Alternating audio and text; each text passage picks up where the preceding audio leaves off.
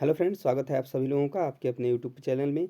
दोस्तों, आज के सेशन में हम लोग करने वाले हैं सीडीपी का अगला प्रैक्टिस सेट। तो दोस्तों, वीडियो को लास्ट तक देखिएगा। इसके पहले हमने बहुत सारे प्रैक्टिस सेट करा रखे हैं, उसको भी आप अगर नहीं किए हैं तो उसको भी जा करके चैनल को सब्सक्राइब करने के बाद उसको जा करके कर लीजिए। तो चलिए दोस्तों, आज का वीडियो शुरू करते हैं फटाफट से, क्योंकि आपका एग्ज़ाम जो है कि डेट आपको पता चल गई है, तो आपकी तैयारी बेहतर होनी चाहिए। और आपको तैयारी के लिए बहुत ही समझिए कि एक सुनहरा मौका है, यानी आपके पास बहुत ही बेहतरीन टाइम है कह लीजिए तैयारी करने के लिए। जैसा कि आप लोग पिछला रिजल्ट देखे होंगे दोस्तों कि बहुत अच्छा नहीं गया है, तो आपको कहीं न कहीं कमर कस लेनी है, पहले से तैयारी जो है बेहतर करनी है, तो थोड़ा पहले से आपको लगना पड़ेगा।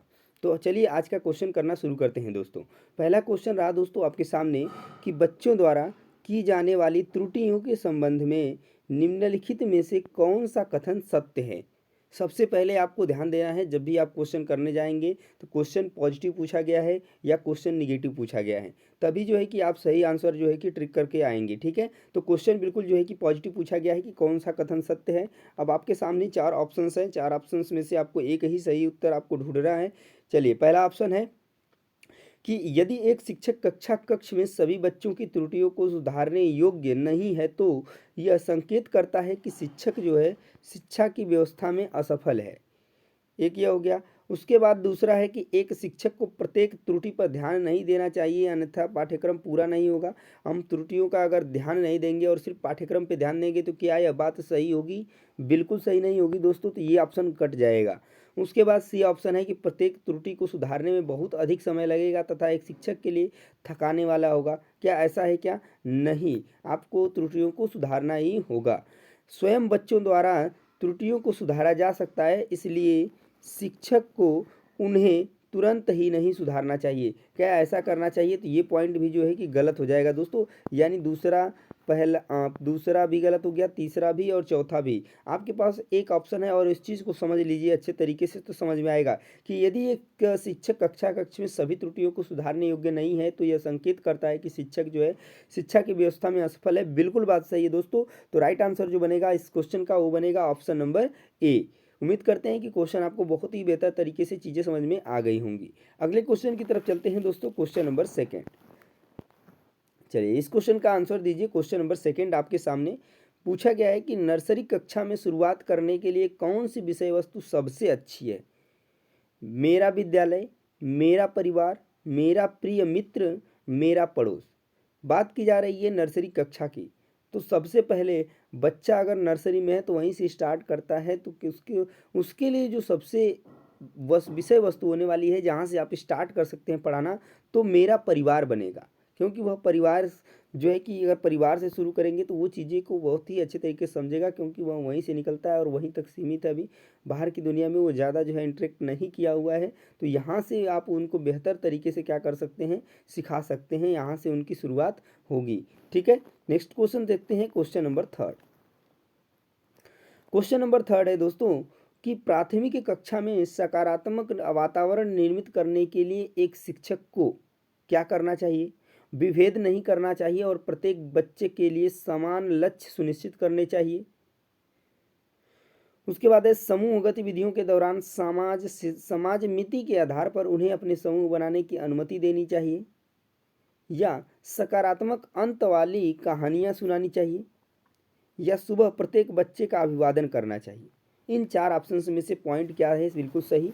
तो दोस्तों, ऑप्शन नंबर ए की अगर हम बात करते हैं कि विभेद नहीं करना चाहिए बच्चों में, ठीक है, और प्रत्येक बच्चे के लिए क्या करना चाहिए, तो समान लक्ष्य सुनिश्चित करना चाहिए इसको, शिक्षक को। तो बिल्कुल पॉइंट सही है दोस्तों। तो ऑप्शन नंबर ए जो है इस क्वेश्चन के लिए बिल्कुल सही हो जाएगा दोस्तों। ठीक है, नेक्स्ट क्वेश्चन की तरफ चलते हैं, question number four. Question number four देखते हैं क्या है। क्वेश्चन नंबर फोर रहा आपके सामने कि एक बच्चा जो से ग्रस्त है, यानी वहाँ पर डैश है, ठीक है दोस्तों, बीच में एक बच्चा जो से ग्रस्त है, वह सा और वाज न्यूक्लियर और अनक्लियर में अंतर नहीं कर सकता, तो उसको जो है कि क्या प्रॉब्लम है? तो देखिए देखिए यहाँ पर बच्चे को पढ़ने में प्रॉब्लम हो रही है, तो वह किससे जो है कि पठन विकार से निश्चित रूप से दोस्तों आपका एक क्वेश्चन आता ही आता है। तो इस क्वेश्चन का जो राइट आंसर बनेगा वो बनेगा आपका डिसलेक्सिया। अगर पढ़ने में दिक्कत होती है बच्चा वाज को सा को वाज, न्यूक्लियर को अनक्लियर, ऐसे शब्दों में जो है कि उसको दिक्कतें होती है पढ़ने में, तो उसको डिसलेक्सिया की प्रॉब्लम है, जिसे हम पठन विकार से जानते हैं, यानी पढ़ने में समस्या होती है। ठीक है, नेक्स्ट जो दिया है डिसलेक्सिया, ठीक है, डिसलेक्सिया हो गया। इसी तरीके से डिसकैलकुलिया है, अगर उसे गणित में प्रॉब्लम है। ठीक है, तो ये सारी चीज़ें हैं, आपको बेहतर तरीके से सारी चीज़ें पता चलेंगी दोस्तों। बस आप हमारे साथ लगे रहिए, बिल्कुल जो है कि आपका एग्ज़ाम क्लियर होगा 100% रिजल्ट के साथ। नेक्स्ट क्वेश्चन, चलिए दोस्तों अगला क्वेश्चन देखते हैं, क्वेश्चन नंबर 5। क्वेश्चन नंबर 5 है कि निम्नलिखित में से कौन सी विशेषता समस्या समाधान उपागम का विशेष चिन्ह है। समस्या मौलिक होती है, सही उत्तर प्राप्त करने का सामान्यतः एक उपागम होता है, यहाँ पर सही रहेगा दोस्तों। ठीक है, मही हो गया है। समस्या केवल एक सिद्धांत प्रकरण पर आधारित होता है, या समस्या कथन में संकेत अंतर्निहित रूप से दिया होता है। तो बिल्कुल बात सही है दोस्तों कि समस्या कथन में संकेत जो है उसमें अंतर्निहित रूप में दिया होता है। ठीक है, तो करेक्ट ऑप्शन बनेगा आपका ऑप्शन नंबर डी दोस्तों। Next question, question number 6। प्रतिभाशाली विद्यार्थी शिक्षकों से स्वतंत्र होते हैं, स्वभाव में अंतर्मुखी होते हैं, अपनी आवश्यकताओं को दृढ़तापूर्वक नहीं कह पाते, या अपने निर्णयों में आत्मनिर्भर होते हैं। तो जो प्रतिभाशाली विद्यार्थी होते हैं दोस्तों, वो अपने निर्णयों में क्या होते हैं, आत्मनिर्भर होते हैं। तो इस क्वेश्चन का जो करेक्ट आंसर बनेगा दोस्तों, क्या बनेगा, तो ऑप्शन नंबर 6 करेक्ट हो जाएगा। नेक्स्ट क्वेश्चन देखिए, क्वेश्चन नंबर 7। 7 नंबर क्वेश्चन है दोस्तों कि चिंतन के सूचना प्रक्रमण सिद्धांत में निम्नलिखित चरण आते हैं।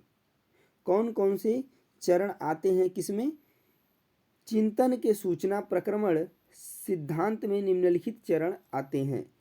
प्रतिक्रिया, क्रियान्वयन, प्रतिक्रिया चयन, पूर्व प्रक्रमण, श्रेणीकरण। तो इसमें करेक्ट आंसर बनेगा आपका ऑप्शन नंबर डी, यानी कि श्रेणीकरण। ठीक है, एक मिनट, एक कूट वाला क्वेश्चन है दोस्तों, ध्यान दीजिएगा, थोड़ा सा मिस्टेक। ठीक, चलिए आगे थोड़ा सा देख लेते हैं इसको, कूट वाला है तो कौन कौन सा होगा। ठीक है, एक मिनट, नीचे पहले ऑप्शन देख लेते हैं, उसके बाद वो क्लियर करते हैं। तो यहाँ पे देखिए दिया हुआ है। ठीक है, तो चलिए वहाँ पे बहुत सारी चीज़ें हैं, देखिए उनका जो है कि श्रेणी जो है कि लगाना है आपको। एक मिनट, सॉरी, आगे चले गए हम लोग, पीछे थोड़ा सा आ जाते हैं अपने क्वेश्चन पे। क्वेश्चन नंबर कौन सा था, क्वेश्चन नंबर 7। ठीक, नो प्रॉब्लम। ठीक, चलिए आ गए हम लोग वहाँ पर, थोड़ी सी मिस्टेक की वजह से ऐसा हो गया। ठीक है, पर कोई बात नहीं। चलिए देखिए क्वेश्चन नंबर 7। तो सिद्धांत में निम्नलिखित चरण आते हैं, इनको सीक्वेंस में लगाना है। कैसे जो है कि इनका सीक्वेंस होगा ये आपको बताना है। तो यहाँ पर देखिए दिया हुआ है प्रतिक्रिया क्रियान्वयन, प्रतिक्रिया चयन, पूर्व प्रक्रमण और श्रेणीकरण। तो सबसे पहले होगा क्या, तो चलिए कूट वाला देख लेते हैं। तो क्या दिया हुआ है सबसे पहले, तो इसमें देखिए ऑप्शन नंबर डी जो है आपका सही होगा। कौन सा ऑप्शन, डी। डी का यानी कि पहले घ होगा, फिर ग होगा, फिर ख होगा, फिर क्या होगा, क होगा, यानी सीधा का सीधा क्या कह सकते हैं, यह क ख ग घ। तो उल्टा एक क्रम चलेगा, और बिल्कुल सही दिया है, क्योंकि अगर आप देख सकते हैं तो सबसे पहले आप श्रेणी करेंगे। ठीक है, उसके बाद पूर्व प्रक्रमण, प्रतिक्रिया चयन होगा, और फिर प्रतिक्रिया का क्रियान्वयन होगा। तो बिल्कुल पॉइंट सही है, तो ऑप्शन नंबर डी इस क्वेश्चन का सही हो जाएगा दोस्तों। क्वेश्चन नंबर 8 पे चलते हैं। क्वेश्चन नंबर 8 है कि सीखने संबंधी निर्योग्यताएं सामान्यतः औसत से श्रेष्ठ बुद्धि लब्धि वाले बच्चों में पाई जाती है, लड़कियों की तुलना में अधिकतर लड़कों में पाई जाती है, या अधिकतर उन बच्चों में पाई जाती है जो शहरी क्षेत्रों की अपेक्षा ग्रामीण क्षेत्रों से संबंध रखते हैं, या उन बच्चों में पाई जाती है विशेषतः जिनके पैतृक अभिभावक इस प्रकार की समस्याओं से ग्रसित होते हैं। तो सीखने संबंधी जो निर्योग्यताएं होती हैं सामान्यतः दोस्तों, ये उन्हीं बच्चों में पाई जाती हैं विशेषतः जिनके पैतृक अभिभावक इस प्रकार की समस्याओं से क्या होते हैं, ग्रसित होते हैं। तो करेक्ट आंसर जो बनेगा ऑप्शन नंबर डी इस क्वेश्चन का राइट हो जाएगा दोस्तों। Next question, question number 9। Question थोड़ा सा बड़ा है, पर आप ध्यान से पढ़ेंगे क्वेश्चन का आंसर दे पाएंगे। मोनिका जो कि गणित की शिक्षिका है, राधिका से एक प्रश्न पूछती है, और राधिका से कोई उत्तर न मिलने पर वह तुरंत मोहन से दूसरा प्रश्न पूछती है। जब उसे महसूस होता है कि मोहन उत्तर बताने में संघर्ष कर रहा है, तो वह अपने प्रश्न के शब्दों को बदलती है। मोनिका की यह प्रवृत्ति प्रदर्शित करती है कि वह इस तथ्य से पूर्णतः परिचित है कि राधिका सवालों के जवाब देने के योग्य नहीं है। यह अपने सवालों के प्रति थोड़ा घबरा गई है। मोहन का पक्ष लेकर लिंग भूमिकाओं में रूढ़िबद्धता को बढ़ावा दे रही है। यह राधिका को किसी उलझनपूर्ण स्थिति में नहीं डालना चाह रही। तो निश्चित रूप से यदि वह कर रही है, राधिका से क्वेश्चन पूछने के बाद उसने अगला क्वेश्चन मोहन से किया और मोहन को जब ऐसा महसूस देख रही है कि वह नहीं दे सकेगा, तो वह उसको हिंट देती है। तो इस तरीके का अगर कर रही है जो मोनिका है, गणित शिक्षिका है, तो निश्चित रूप से मोहन का पक्ष लेकर वह क्या कर रही हैं, लिंग भूमिकाओं में रूढ़िबद्धता को बढ़ावा दे रही हैं। तो बिल्कुल पॉइंट सही होगा 9 का ऑप्शन नंबर सी। ठीक है, क्लियर है। आगे चलें, अगला question, question number 10। Question number 10 है दोस्तों कि सीखने के लिए आकलन निम्नलिखित का ध्यान रखता है सिवाय किसको छोड़कर? विद्यार्थियों की क्षमताएं, विद्यार्थियों की आवश्यकताएं, विद्यार्थियों की त्रुटियां, विद्यालय की अधिगम शैलियां। तो देखिए दोस्तों, सीखने के लिए जो आकलन है इसमें से सभी चीज़ों का ध्यान रखता है सिवाय विद्यार्थियों की आवश्यकताओं के। तो राइट आंसर बनेगा option number B. Next question, question number 11 number question है कि एक समान जुड़वा भाइयों में से एक को सामाजिक आर्थिक रूप से धनाढ्य परिवार द्वारा गोद लिया जाता है और दूसरे को एक निर्धन परिवार द्वारा। एक वर्ष के बाद उनके बुद्धि लब्धांक के बारे में निम्नलिखित में से क्या अवलोकित होने की संभावना है? सर्वाधिक संभावना क्या है? दोनों समान रूप से अंक प्राप्त कर सकेंगे। धनी सामाजिक आर्थिक परिवार वाले लड़के की अपेक्षा निर्धन परिवार वाला लड़का अधिक अंक प्राप्त करेगा। या सामाजिक आर्थिक स्तर बुद्धि लाभदांक को प्रभावित नहीं करता। या निर्धन परिवार वाले लड़के की अपेक्षा धनी सामाजिक आर्थिक परिवार वाला लड़का अधिक अंक प्राप्त करेगा।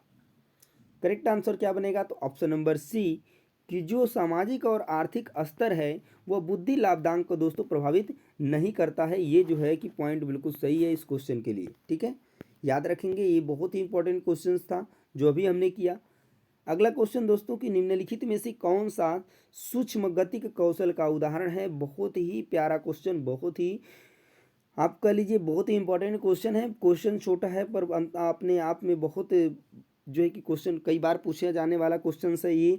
मैं जो भी क्वेश्चंस लेके आया हूँ दोस्तों बिल्कुल आपके सिलेबस से के अकॉर्डिंग है, ना कि इधर से उधर की यहाँ कोई क्वेश्चंस जो है उससे रिलेट ना करे जो आपके एग्ज़ाम में आए। ठीक है, तो इसलिए आपको ध्यान देना है कि आपको सही चीज़ें पढ़नी है। ऐसा नहीं कि आप बस कुछ भी पढ़ते रहिए। अगर आप सही तरीके से नहीं पढ़ते हैं दोस्तों तो रिजल्ट आपके सामने देख सकते हैं कि किस तरीके का होने वाला है। तो चलिए इस क्वेश्चन का आंसर दीजिए, क्वेश्चन नंबर 12 का कि निम्नलिखित में से कौन सा जो सूक्ष्म गतिक कौशल का उदाहरण है? दौड़ना, लिखना, चढ़ना। चलिए एक ऑप्शन इसमें से डी जो है इसमें आ गया है, मुझे लगता है फुदकना यहाँ पर दिया है। ठीक है, डी जो है 13 क्वेश्चन में यहाँ पे आ गया है दोस्तों, यहाँ पे रहना चाहिए था, यहाँ पे आ गया है, कोई बात नहीं। आप डी यहाँ से समझिए, तो यहाँ पर फुदकना लिखा हुआ है। ऑप्शन बताइए क्या होगा 11 का 12 का, क्वेश्चन नंबर 12 का क्या होगा? तो यहाँ पर सूक्ष्म गतिक कौशल की उदाहरण का बात करें दोस्तों तो यहाँ पे होगा लिखना। क्या होगा? लिखना दोस्तों करेक्ट आंसर बनेगा क्वेश्चन नंबर 12 का।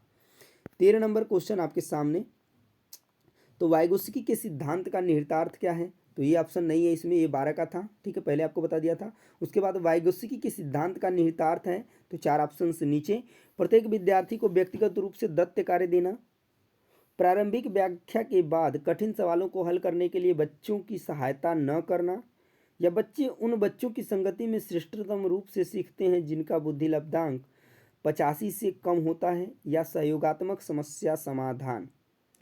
तो 13 नंबर क्वेश्चन का राइट आंसर बनेगा ऑप्शन नंबर डी, समस्या समाधान। सहयोगात्मक समस्या समाधान जो है वाइगोत्स्की के सिद्धांत का निहितार्थ है। बाकी जो 3 ऑप्शन हैं बिल्कुल गलत हैं, तो ऑप्शन नंबर 4 जो है बिल्कुल सही होगा इस क्वेश्चन के लिए दोस्तों। Next question, question number 14। 14 number question है कि किशोर का अनुभव कर सकते हैं। किशोर यहाँ पर डैश रहेगा, का अनुभव कर सकते हैं।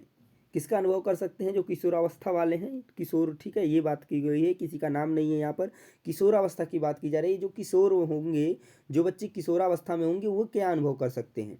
दुंसिता और स्वयं से सरोकार, बचपन में किए गए अपराधों के प्रति डर के भाव, आत्मसिद्धि के भाव, या जीवन के बारे में परितृप्ति के भाव। तो राइट आंसर बनेगा ऑप्शन नंबर ए, दुंसिता और स्वयं से सरोकार जो है अनुभव कर सकते हैं कौन? जो किशोरावस्था में पहुंच चुके बच्चे हैं, जो किशोरावस्था के बच्चे हैं। नेक्स्ट क्वेश्चन दोस्तों, क्वेश्चन नंबर 15। 15 नंबर क्वेश्चन, शारीरिक रूप से सक्षम बच्चों को सामान्यतः होता है, शारीरिक रूप से सक्षम बच्चों को सामान्यतः होता है डिस्थीमिया, डिस्कैल्कुलिया, डिसलेक्सिया, डिसग्राफिया। तो जो शारीरिक रूप से सक्षम बच्चों को सामान्यतः क्या होता है? ये होता है दोस्तों डिसग्राफिया। क्या होता है? सक्षम है ना, अक्षम रहना चाहिए, ठीक है, शारीरिक रूप से अक्षम या यहाँ पर सक्षम दे दिया है। तो यहाँ पर अगर शारीरिक रूप से विकलांगता है तो उसको क्या कहेंगे? तो उसको हम लोग क्या कहते हैं दोस्तों? तो डिसग्राफिया यानी शारीरिक रूप से विकलांगता है, लिखने में प्रॉब्लम हो रही, तो उस क्वेश्चन का जो राइट आंसर बनेगा ऑप्शन नंबर डी हो जाएगा। ऑप्शन नंबर डी क्या है? तो डिसग्राफिया है। तो दोस्तों ये था सेशन आज का, जिसमें हम लोगों ने किया 15 महत्वपूर्ण क्वेश्चंस। ऐसे ही मैं डेली बाय डेली आपको प्रैक्टिस सेट लेकर आ रहा हूं, जिसमें बहुत ही महत्वपूर्ण क्वेश्चंस हम कर रहे हैं डेली बाय डेली, जिसमें प्रीवियस ईयर क्वेश्चंस पेपर भी है। अलग से आपको स्पेशल जो है कि कुछ टॉपिक्स हैं जिनके ऊपर मैं वर्क कर रहा हूँ, जैसे कि वाइगोत्स्की हो गया, जीन पियाजे हो गया, एनसीएफ हो गया, एनएपी 2020 हो गया, निपुण भारत मिशन हो गया, जहाँ से 100% क्वेश्चन, एक से दो से तीन क्वेश्चन आने ही आने हैं। तो उनको भी मैं अलग से आपके लिए बीच बीच में लेके आ रहा हूँ, जैसे कोहलबर्ग हो गया, वैन हिले हो गए, आपका ठीक है, हवर्ड गार्डनर हो गए। तो इस तरीके के भी पॉइंट्स मैं आपके बीच में हमेशा लेकर आता रह रहा हूँ अल्टरनेट करके, जो कि आपके एग्जाम्स के लिए बेहद ही महत्वपूर्ण होने वाले हैं दोस्तों। तो इस तरीके की और भी प्रैक्टिस सेट करने के लिए चैनल को सब्सक्राइब करना नहीं भूलिएगा, और चैनल को सब्सक्राइब करने के साथ साथ बेल आइकन को प्रेस जरूर कर लीजिएगा, तभी आपके पास सबसे पहले नोटिफिकेशन जाएगी। तो दोस्तों मिलते हैं नेक्स्ट वीडियो में अगले प्रैक्टिस सेट के साथ, तब तक के लिए जय हिंद, आपका दिन शुभ हो।